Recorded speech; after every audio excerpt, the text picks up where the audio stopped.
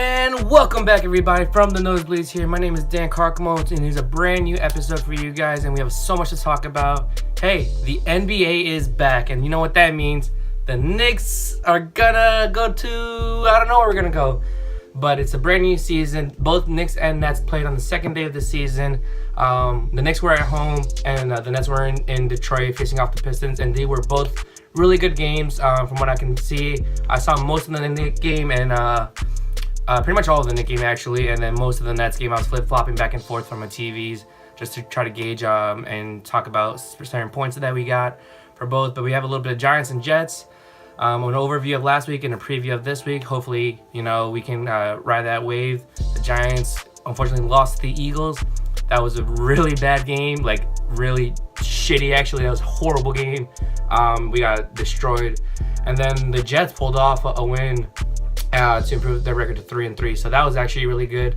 Darnold, not the greatest start, but played within himself. So that was really cool. We got 3 touchdowns, 198 yards. So a little bit more about that later.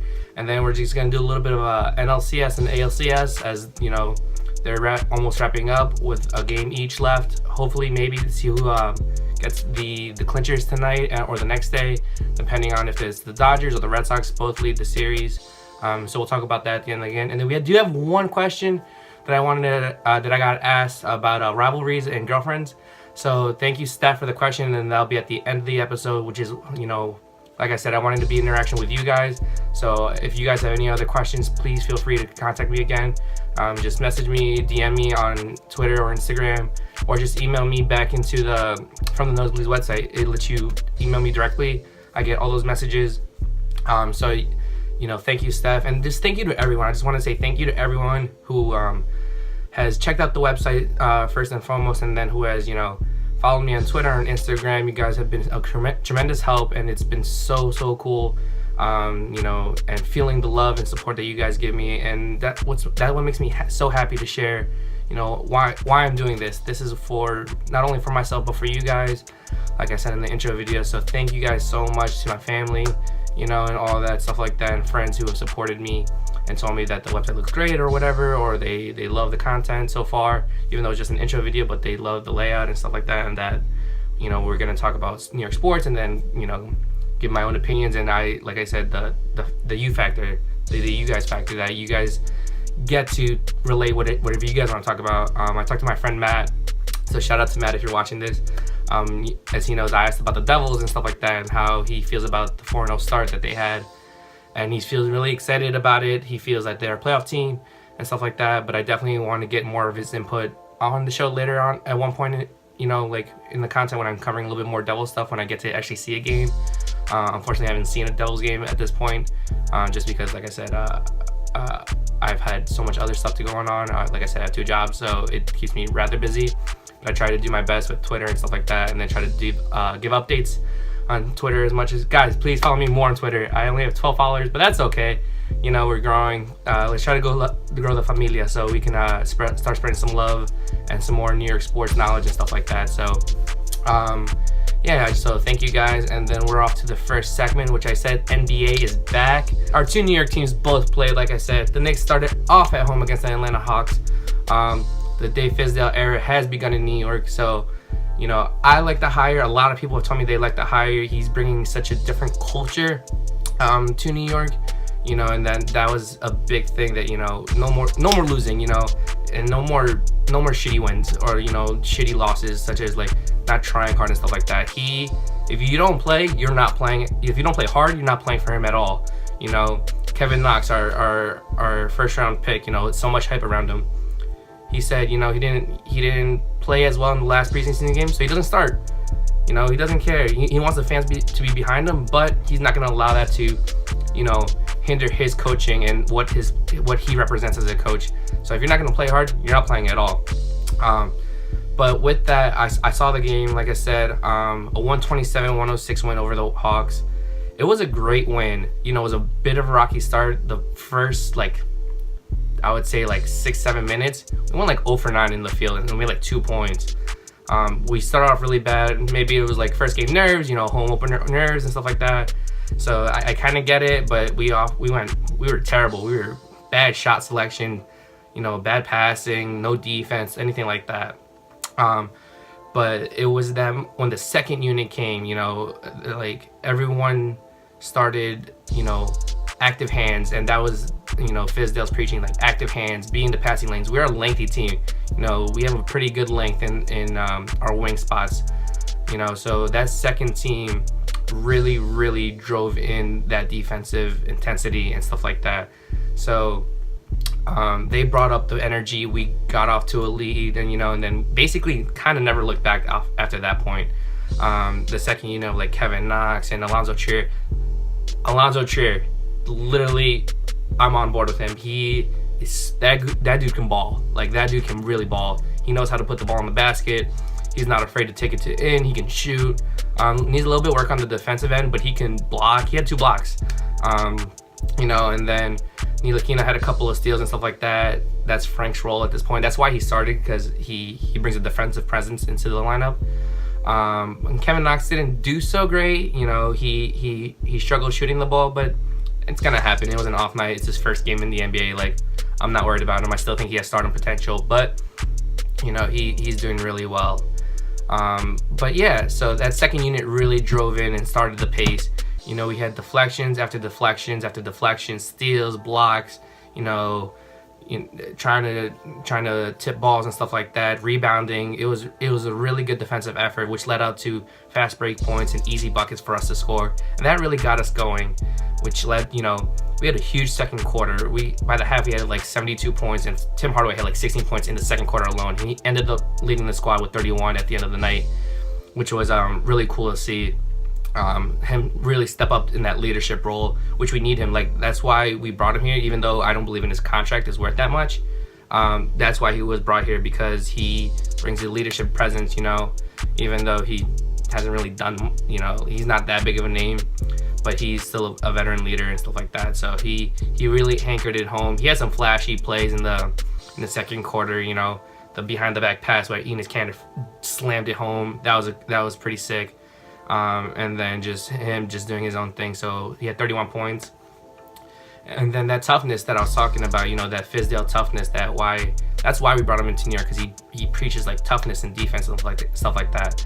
He brought that to Memphis, and when he was the head coach there. But I think that's why New York fans such as myself will love him more, because we always talk about that blue collar player, that blue collar coach, and stuff like that. And I know you definitely saw him. Rocky's here. He didn't want to be outside, so he's in with me. So if you hear something about him, that's Rocky, my dog. Back to what I was saying, like that blue collar grit, like New York City feel, like where you earn everything here. He brings that, and he's our team, for what I saw for the most part after that first quarter, like sluggish start in the beginning. We brought that. I think the way we played, everyone played in their lane. Everyone knew what they were supposed to do and why they're on the team. Kanter, toughness, rebounding, and stuff like that. Him and Vonleh both got double doubles, which was really cool to see. Basically everyone on the team who played scored. Basically, Courtney Lee didn't play because he's going through some, I think, groin issues right now, but he's expected to be back soon. But yeah, Vonleh, Kanter both had double doubles. Alonzo Trier had 15 points, like that. Kevin Knox had 10. Ron Baker had a couple of steals and played hard defense. So I think if we continue this, we have a good shot. I don't know, maybe making the playoffs, but at least getting a good record, and at least bringing that culture that we want to New York, where this is our place to play.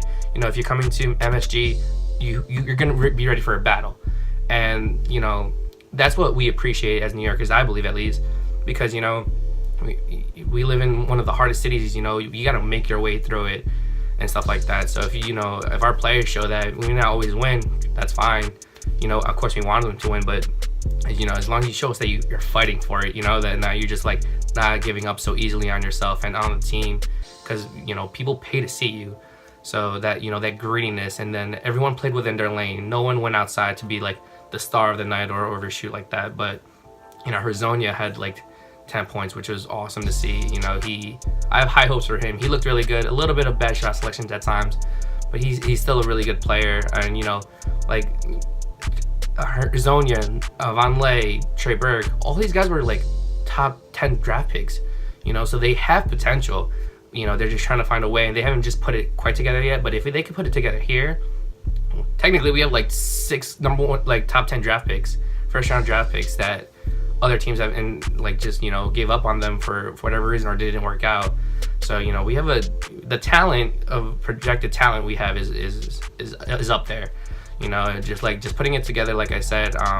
But if we just, like I said, play in their lanes, everyone plays in their lanes. That's gonna be awesome to see how it develop and stuff like that. But Lonzo Trier, like I said, everyone's saying he might be one of the steals of the draft so far, because that kid, you can just flat out ball, and he's putting up good numbers and he's playing hard. So we'll see what he brings in. Like I said, it's only one game, so there's nothing to show for right now. I know it was a good win against the Hawks, who are also developing and rebuilding their team.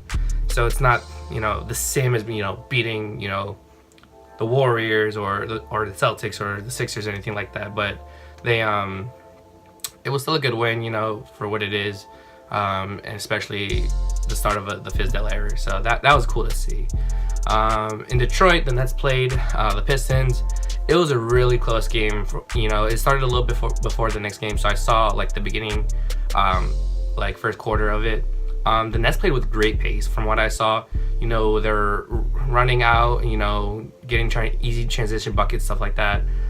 They're playing with a quick pace. So it was really good to see the Nets going off to a fast start. Detroit kind of matched them. Like, they were at a lull for a little bit, but they matched them. And it was a really close game. Like, they went into half at tied. Basically every quarter was pretty much tied, and it came out all the way to the end. They only lost 103-100, and they had a shot at the end to, tie the game to go into overtime. But from what I saw from the Nets, it was really, really cool to see, like, also that New York mentality of, like, we're gonna win, and then, like, we're gonna give it our best, and we're gonna dogfight it out, because that's awesome to see. Be like, if we're gonna lose, it's not gonna be an easy loss. You know what I'm saying? Like, you're gonna blood, sweat, and tears through it, because that's what we're gonna give you. So both of those are the New York teams. A little bit of news from the Nets side. I have notes, so if you see me looking down, I have notes coming up, just so I don't forget where I'm losing. Carroll had ankle surgery. He's out indefinitely, so he's not out for the season. Coach Atkinson said it wasn't a serious injury or a serious surgery, so they expect him back, but there's no timetable for when he will come back. And that's key for them, because he's a key component of that team. He brings defensive toughness. He's usually guarding the best player on the opposing team like that, and as well, he can score and stretch the floor with 3-point shooting and stuff like that. So that's going to be a key factor of the Nets gone for a little bit. But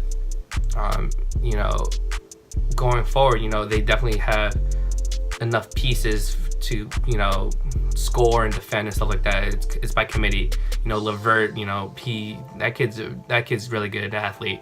He's long and lengthy, and he's hard to guard, because he's so crafty with his moves and stuff like that. So he has different ways to go to the basket and stuff like that. So he's definitely going to be the main star, I believe, from like the offensive point. Him and Jarrett Allen, who literally just gets rebounds and puts it back, who also had a double-double. Jarrett Allen had a double-double in the opening game as well. But in the end, I think it was a little bit of too much Andre Drummond from the Pistons. I saw the last 3 minutes, and Drummond had like 2 rebounds and 2 tip backs that got like the Pistons the ball, which extended their plays and stuff like that, which they had for like a minute and a half. They had a possession because he just kept tipping the ball back and stuff like that. But it was a close game, like I said. So it was a great game. This close, like I said, 103-100. So it was a really close game for the Nets, but just a little bit short. But this Friday, if you guys are going to the game, it's Nets versus Knicks, so little hometown rivalry right off to start off the season. So that's really cool to see.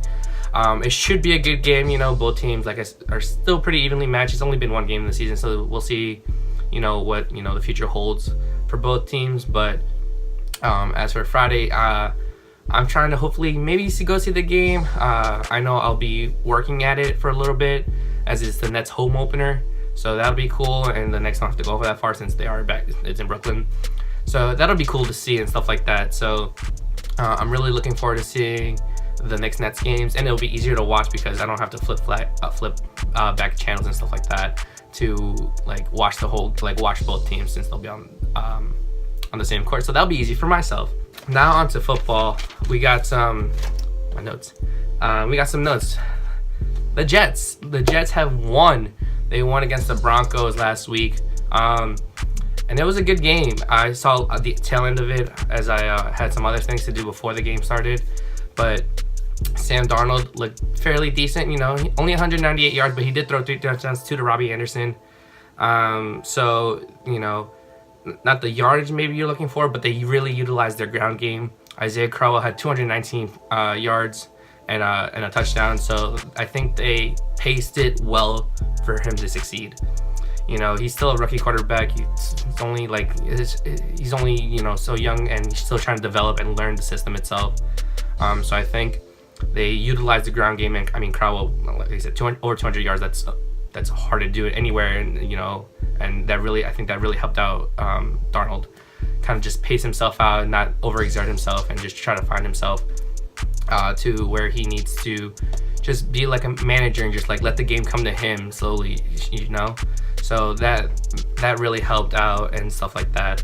But the defense also had 2 takeaways. Only let Broncos score 16 points. Not that they're a high-powered offense by any means, but that's still really, really good to, 2 takeaways and only allowing 16 points from a defensive standpoint, and not let the rookie have a comfortable lead and not be worried about, if I mess up, I have to I can't have to try to win the game at the end of the game. So that really helped out Darnold, I believe, in that aspect, where he can just relax and be like, okay, if I mess up, my defense can back me up and we still have a lead.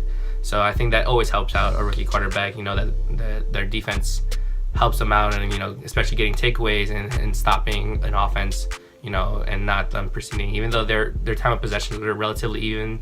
Denver had 3 minutes more, but they also had 8 more first downs than the Jets. So the ability to let them have their first downs but also stop them without getting points on the board was really successful. This week they're playing the Vikings, and Drew, I know you're a Vikings fan, and Scott, I know you're a Jets fan. Honestly, I don't know who's gonna win this one. I honestly think it might be the Vikings. Just their defense in the last couple of weeks hasn't been the best, but it's still a top defense. And then Diggs, who's an offensive weapon. You have to watch out for Diggs and Thielen, who are one of the best pairs at the wide receiver position for the Vikings, and the whole NFL. Really, they're killing it. Thielen, I think he has 5 games over 100 yards each. So he's just really killing it and stuff like that. So they're gonna have an aerial attack. Hopefully the Jets defense, the safeties that they covet can start hold them down, because those are 2 starting to be elite wide receivers. So that'll be cool to see. But I think the Vikings will get it out. I think that the Jets D might not be suited to get so many weapons, especially on the outside, to cover all of them that well. But so I think the Jets will lose this week. Hopefully Darnold does, hopefully they can sustain him as well, like what they did with the Broncos Ds. Let him have his passing yards, but definitely use the run game to their advantage to, try to get a time of possession and stuff like that, and not let Sam get in his own head and start making turnovers and stuff like that, because that's when that happens. That's when they start losing and stuff like that, and then they shoot themselves in the foot. But yeah, so I believe that the Vikings might win this game, unfortunately, but it is what it is. So yeah, that's my projection of the week. That if they just stay what they're doing, use the run game, let Darnold throw where he pick and choose his spots to throw and hopefully make good decisions, I think the Jets will put up a fight, but I just don't think it'll be enough to beat the Vikings this week. As for the Giants, you got me. I don't know what the fuck is going on. I don't know what else to say. Yeah, season's kind of, at this point, it's kind of let's just try to get a draft pick. I don't fucking know. The Giants are 1-5. We don't seem to be getting any better. If you guys saw my tweet or like retweeted of John Mara actually called out Odell Beckham, saying he needs to start talking a little less and playing a little bit more in regards to like his play on the field, and OBJ's like thoughts on how Eli's been playing and stuff like that. I don't disagree. He only has one touchdown for the season, and we paid him all this money to be a playmaker and stuff like that, which he, granted, he's gotten targets and stuff like that. I was talking with a friend about it, and it sounds like he's a little bit butthurt from the fact that, Saquon is still doing pretty well despite like all our, problems offensively. He's still averaging around 100 all-purpose yards, and has like a touchdown. He has like 4 touchdowns in 6 games, so like that's still, he's getting touches, and Odell really isn't. Even though he had like led the most targets in the first and second week, but I don't know, man. I've been defending Eli, and Eli's my boy, but I think it's time. I think it's absolutely time to maybe start looking for the future. Let Laletta throw to the first team, because it's just, we can't keep going like this. Let's see what we have. We didn't let Webb take a shot at, and we cut him, and the Jets picked him up. But like Eli has been great for us, but he's the past. I firmly believe that now. He's not really mobile. He's lost his step, in which he never really had a step anyway. So factor in that and like he's not getting any time in the pocket. We that's not helping or benefiting us in any way as Giants fans. But I do want to say on the fact that like now people are trying to be like, oh, Darnold did this, and this, and then was it really worth the Giants to draft Saquon Barkley at 2 instead of a quarterback? This is my thought process about it. And looking at how Saquon has done thus far, yes, he hasn't been like, he hasn't had the best, he's had a couple breakout plays and stuff like that, but he's really helped out Eli in the passing game, on those flats and stuff like that, and he's still getting yards after the catch. He lets guys miss and stuff like that. He's a good running back, and he's a one kind of player, what I'm saying, like that. He changes the game. He changes, defensive schemes because he's on the field. You throw him out and he can receive as well as be a running back. So you have to, plan for him. So that, with that regard, if we had a rookie quarterback, this is how I imagine. If we had a rookie quarterback, let's say Darnold or whoever we chose, but it's probably going to be Darnold or at that point, maybe even Baker Mayfield. But if we had them with the offensive line we have, the no running backs that we had, Wayne Gallman is our backup running back. So take that in perspective. Put a rookie quarterback behind there. With that O-line and a non-receiving running back, we're even worse than we are. You know what I'm saying? At least Eli knows what he's doing.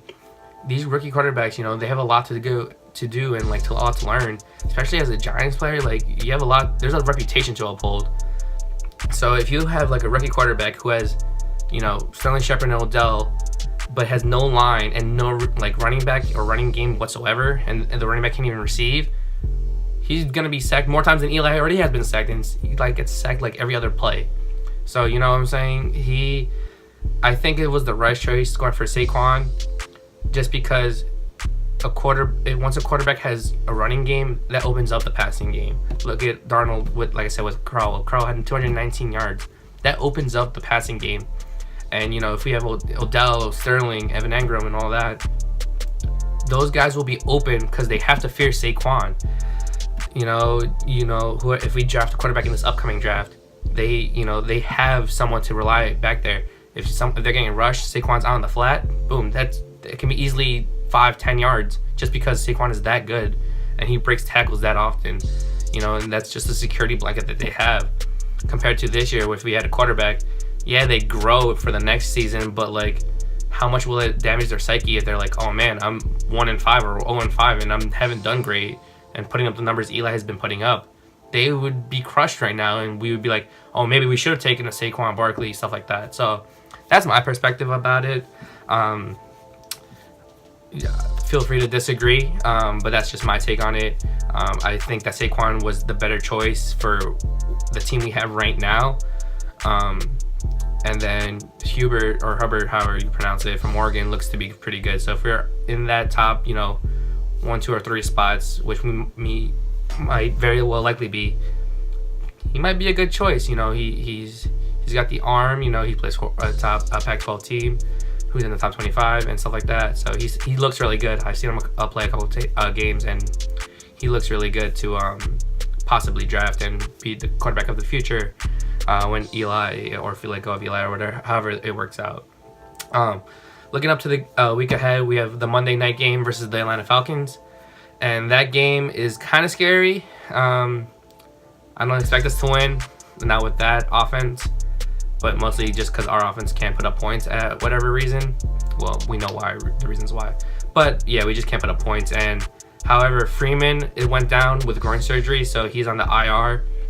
So that's, a big threat gone. And Mohamed Sanu and Calvin Ridley are also questionable as of right now.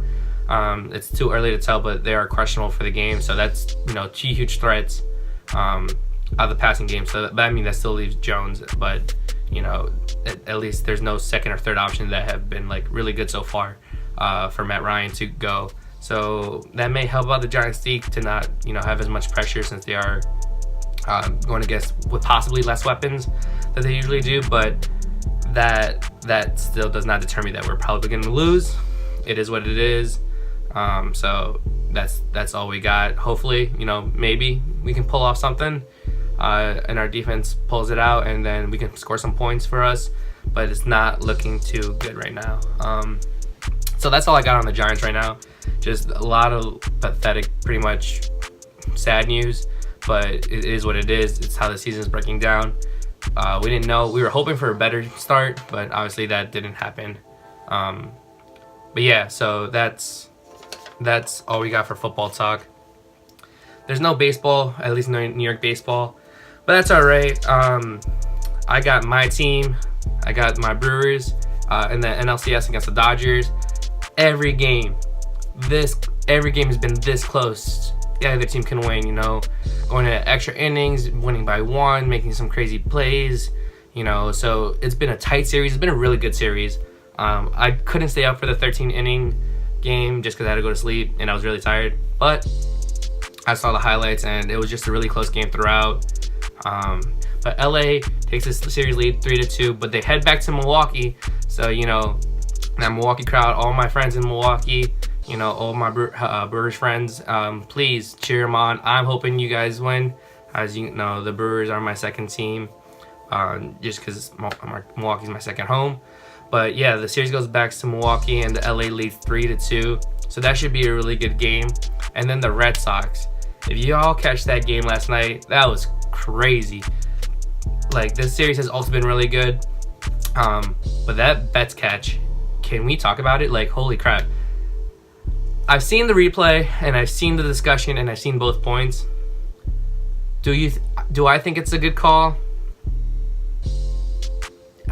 Honestly, no. I think he was in the fans' zone because it was out. I think it was totally out. Yes, like the fan kind of blocked his glove from like catching it, but that's their space. As the rules indicate, if they're in their space and the ball's touched or something, that does not count. If the fan reaches over the fence and interferes with the catch, then it's an automatic. It's an out because it's a fan interference. From what I see, I definitely think it was in their zone. Whether Betts would have caught it or not, tough to say. Honestly, I think he would have had it. To be quite honest, I think he would have had it. But even as far as like the player that he is, the athleticism that has, that would have been a definite catch. There's no definites, how do you know he would have caught it and popped back out? You never know with that kind of stuff. But I think he would have caught it just on the perspective and like the angle where his glove got deflected and like it stopped to where he wasn't, like the timing of it. So I think he would have caught it, or at least it would have been in his glove. Whether it would have popped out and all that stuff, blah blah blah, that is remain to be seen. But as for the call, they called them out, which ended up being a difference for the game because the Astros lost by 2, and the ending, Benintendi making that diving catch with the bases loaded. Wow, like that's what postseason baseball is all about. Sometimes there is no tomorrow, so you gotta lay it all on the field. So so I still think the Astros still have a chance. It's Verlander tonight, so versus Price. So we'll see how it goes. Or at the time you're watching it was Verlander versus Price. So we'll see if Price can literally do anything better than what he has been doing in the postseason. And Verlander, as we all know, Verlander's been crushing. Like, he has amazing postseason numbers, and he's a gamer, and he's ready to pitch. So that'd be really cool to see. So they're up in the series. They just need one more game as well, just to win the series to head to the World Series. So maybe by the next season we're in the World Series. Maybe it's LA versus Red Sox if they both win. Maybe not. We'll see how it goes. But definitely catch the game, guys, and then tweet me or whatever again.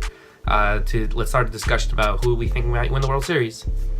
And then for our last segment, we have one question that I brought up that I got in my inbox. So thank you, Steph. She's from my softball team. She's super awesome.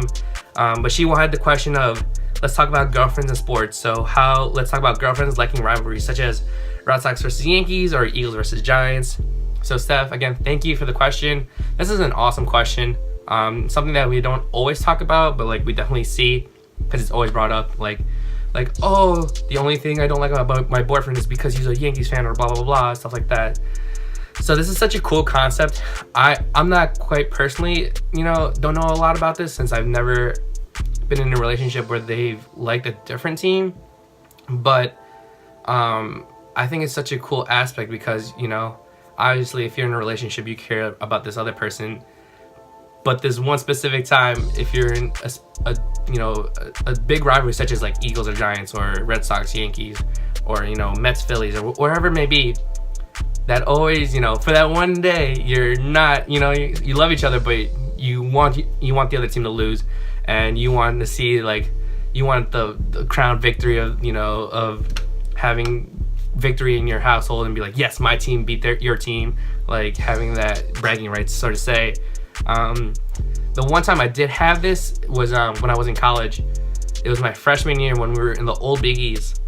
My brothers actually came out for my birthday, and the day after my birthday, Marquette played Syracuse. And if you know me or you know my brothers went to Syracuse University, and so I grew up a Syracuse fan my entire life up until I went to Marquette. And I still root for the football team since Marquette doesn't have a football team, but if we don't play, I still root for Syracuse. That's still one of my number one basketball teams and stuff like that. But the day after my birthday, Marquette played Syracuse, and it was on. I was trash talking so hard, you have no idea. I was trash talking so hard for this game. I was saying you guys are gonna fucking lose, blah blah blah. Syracuse sucks. And I offered my brothers to them yo, you want to be in the student section, please? I can get you in. And they were nah, they bought tickets and stuff like that. But at the end of the game, we were kind of down. And then for my boy Jake Thomas, who was a 3-point specialist, even though he was trash, he was literally booty cheeks. But he made a 3-pointer and got fouled and made a 4-point play. And that's really when we turned the tide around and made it an interesting game and started taking off from there. We eventually won and played a great game. I had bragging rights for the entire couple of months up until March Madness, where we played Syracuse again in the Elite Eight and we got spanked. But up until that point, I had bragging rights. But especially I think it's so different because with a girlfriend, obviously this is you're not blood related, so you don't always have just bragging rights.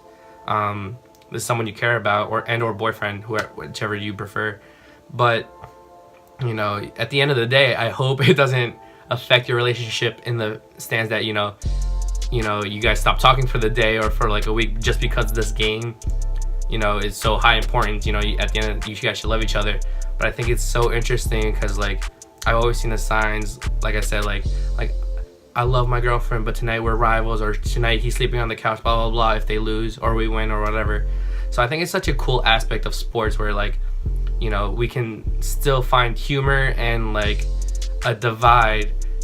If even if we were in a couple, if there's a couple and they just like rivalry teams.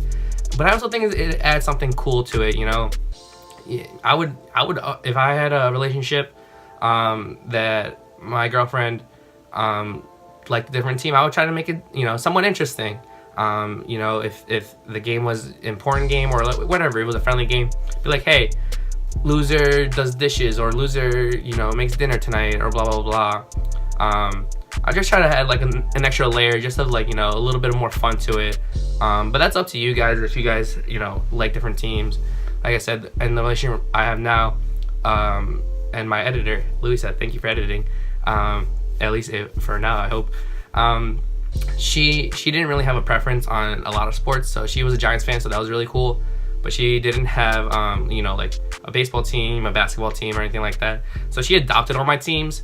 So that's really cool. You know, we went to a Mets game. We went to opening day this past year. So that was really cool. You know, I got her a hat and a shirt, and she really liked it. So, and she really loved. She never really been to like a baseball game, especially like opening day. So I took her with me because that was my birthday gift. So, but it was really cool, you know. And if she had a different team, I would obviously support her. Up until they played, you know, my teams. So, and she knows that, but it's all in good fun and with love. So, please let me know what you guys think about, you know, if you have a significant other that likes a rivalry team of yours. What do you guys do to like make it fun, or like if you guys do anything at all to not celebrate, but like, yeah, celebrate, you know, your rivalry if your teams play each other and stuff like that. I would love to hear from you guys. That's about it for this week. That's all I really have. But until next week, we will have a little bit more Giants and Jets, probably Knicks and Nets, a little bit of Rangers and Islanders because it's still early enough for them. I haven't caught a lot, but I know like I said, the Devils are 4-0. Rangers haven't played that great, but they've gotten to like a couple overtime games. They've won like 2 out of 3. They lost last night, but that's all right. And the Islanders, I haven't really caught up as much as either, but I'll do my more research on that and definitely have you guys some hockey next week. But I was really excited for the NBA and then Giants, just because it's like almost halfway through the season and there's just a lot to talk about. So again, guys, thank you so much for checking in. Please, again, you know, follow me on Instagram and Twitter. Share with your family, share with your friends. If you enjoyed this content, I really do enjoy doing this right now. This has been so fun, and I've been going on for a while. But thank you guys so much for tuning in, and catch y'all next week. Bye.